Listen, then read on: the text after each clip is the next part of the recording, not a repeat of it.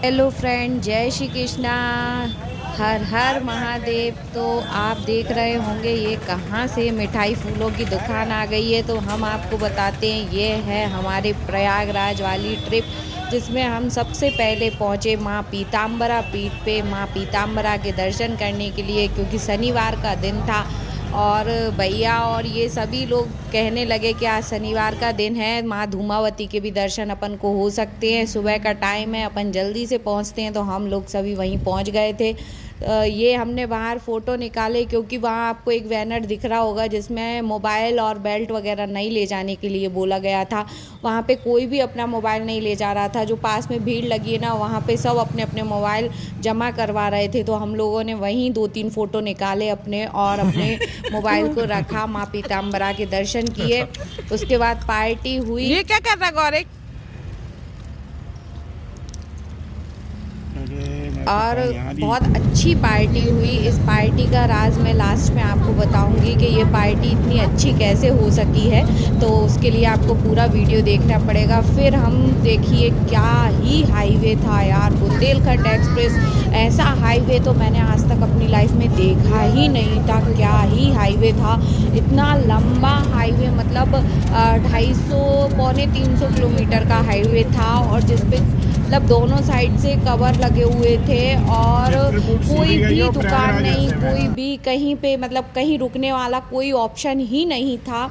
अगर आपको प्यास भी लगती है ना, तो अगर आपके पास पानी नहीं है तो पानी भी नहीं मिल सकता था। वहाँ पे सिर्फ हाईवे में 2 जगह ही गवर्नमेंट की ही शॉप थी जहाँ से आप ले सकते थे, तो वो भी बहुत दूरी दूरी पर थी।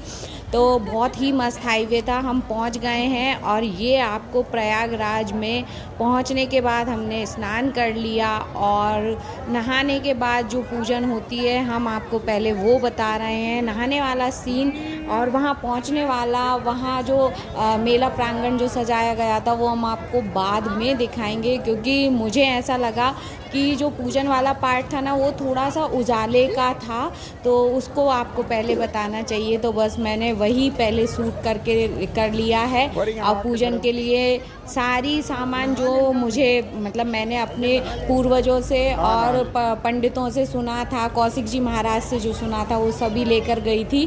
तो देखिए, अब सबसे पहले तो इसमें बोलते हैं कि चांदी डालना चाहिए, माता को चांदी ज़रूर बहुत पसंद होती है, तो चांदी का कुछ डालना चाहिए। तो मैंने वही डाला। फिर माँ का चरण स्पर्श किया, और स्पर्श करने के बाद मैं लेकर गई थी एक शॉल, चुनरी जो बोलते हैं, तो वो मैं अपने लिए लेकर गई थी। पर मेरा मन था कि मैं माता को चढ़ाकर अपने से, माता से आशीर्वाद स्वरूप उसको ओढ़ूंगी। तो फिर मैंने उसी को ओढ़ा, फिर उसी के साथ मैंने पूजन की। ये नई चुनरी थी, और ऐसा मुझे बताया गया था, मेरी शादी हुई थी तब, कि कभी भी आप नए कपड़े या नए कुछ भी पहने तो वो भगवान को अर्पित करके ही पहने। तो बस पहनना था।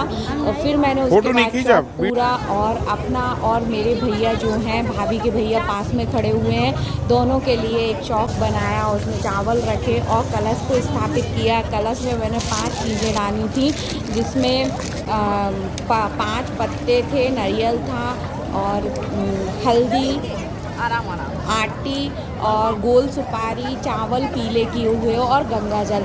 ये 5 चीज़ें डाल के फिर हमने कुछ आटे के दिया बनाए, आटे के दीपक बनाए। फिर दोनों ने, भैया ने, मैंने प्रज्वलित किए। फिर ये भी हमारे पास आ गए थे, तो कुछ दिए इन्होंने भी प्रज्वलित किए। और उसके बाद हम लोगों ने बड़े ही शांति से, सुकून से, बहुत अच्छे से, मतलब मैं बता ही नहीं सकती क्या ही मतलब त्यौहार था, क्या पर्व था। और भगवान ने ऐसी व्यवस्था लगाई कि क्या मस्त पूजन हुई।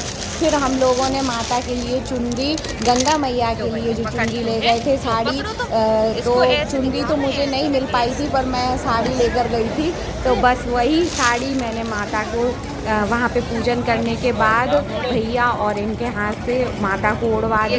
मन में बहुत ही शांति और सुकून रहा। मतलब अपन कहते हैं ना, मेला मेला मेला, कुंभ मेला, ये कुंभ मेला नहीं है भाई, ये सनातनियों का महापर्व है।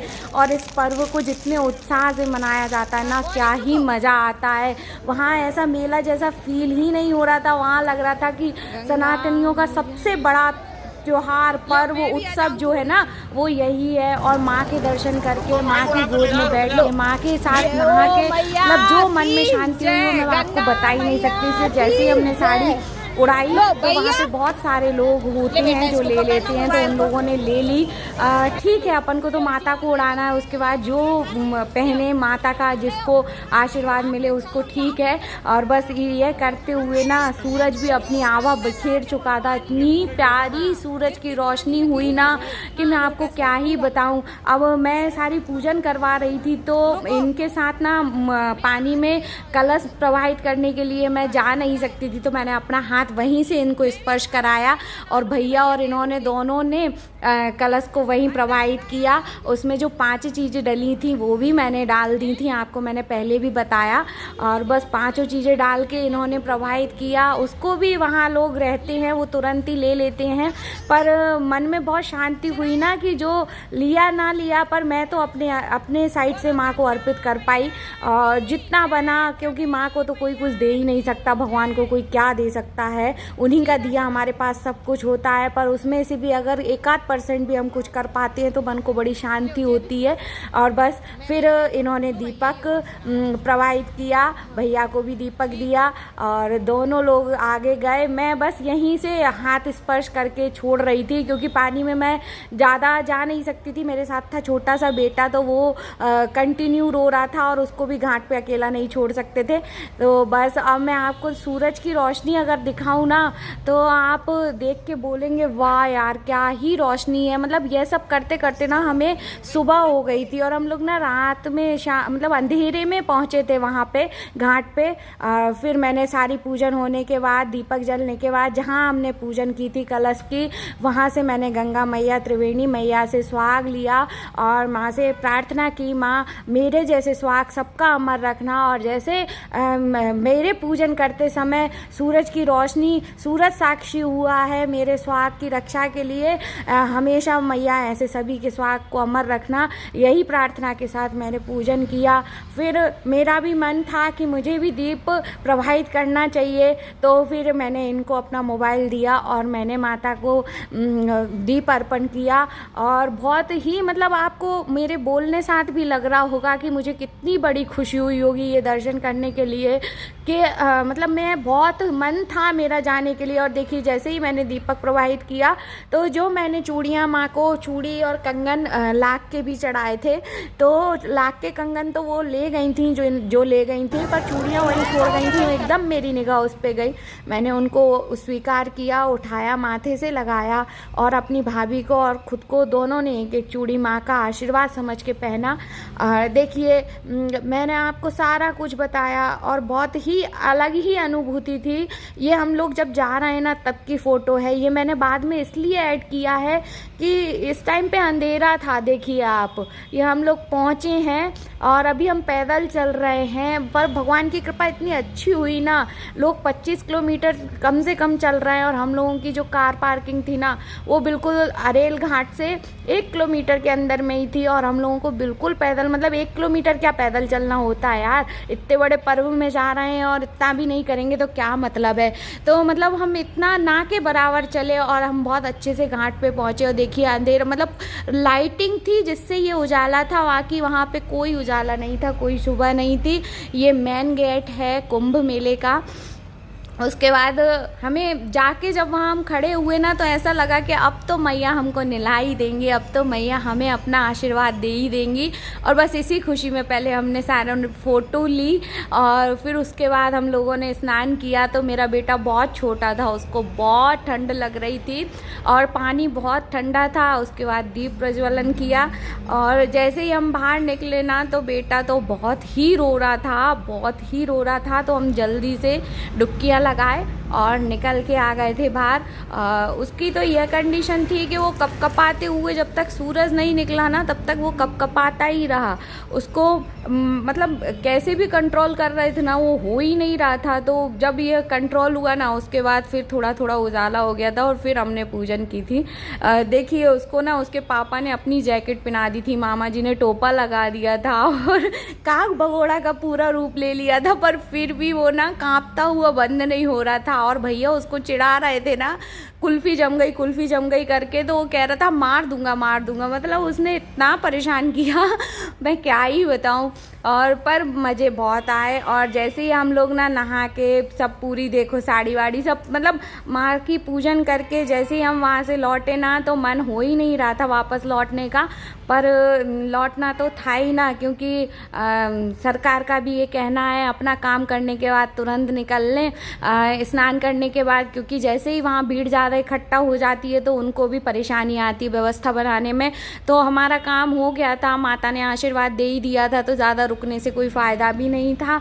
तो हम लोग वापस भी निकले और हम सोचे भी थे कि वहाँ मतलब यहाँ से जल्दी निकलने के बाद हम काशी विश्वनाथ के दर्शन करेंगे, अयोध्या भी जाएंगे या कहीं और भी टूर बना सकते हैं, आसपास का पूरा घूम कर आएंगे। पर इतनी भीड़ थी ना, इतना ट्रैफिक था, इतना जाम था कि हिम्मत ही नहीं हुई और हम लोगों ने बस अपना प्लान वहीं पे स्टॉप कर दिया।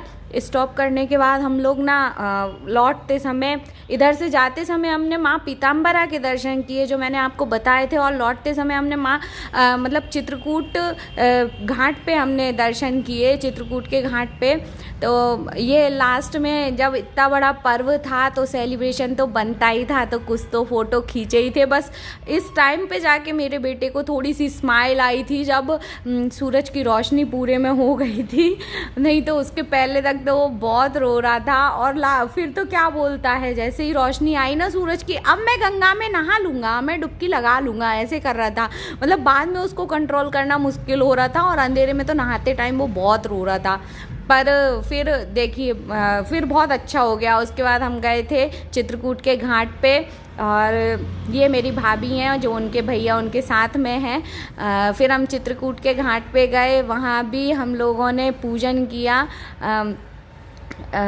देखो पूजन करने के बाद फ़ोटो, और ये बहुत ही सुंदर घाट लग रहा था। ये घाट जाके देखने पे ऐसा लग रहा था जैसे बनारस के घाट पे आ गए हो, बहुत ही सुंदर लग रहा था। और फिर तो क्या था, मतलब सुंदरता का कोई बखान ही नहीं कर सकते। बाकी बच्चे ने फुल एंजॉय किया बोट मिल गई उसको भी, उसने चलाने की कोशिश की, खाने की कोशिश की, मतलब उसने फुल एंजॉय किया। और थोड़ी भी प्रॉब्लम हमें नहीं आई, और इस प्रॉब्लम जो नहीं आई ना, इसका श्रेय जाता है अपने घर के बुज़ुर्गों को। लोग बोलते हैं कि बुज़ुर्गों को बच्चे कुंभ नहलाते हैं, हमें हमारे बुज़ुर्गों ने नहलाया है। देखिए हम अपनी सारे बच्चों की टीम मम्मी पापा के पास छोड़ के गए थे, जिन्होंने उन्हें बहुत ही अच्छे से रखा, और हमें जो रास्ते में नाश्ता भी था वो उन्हीं ने करवाया। तो मतलब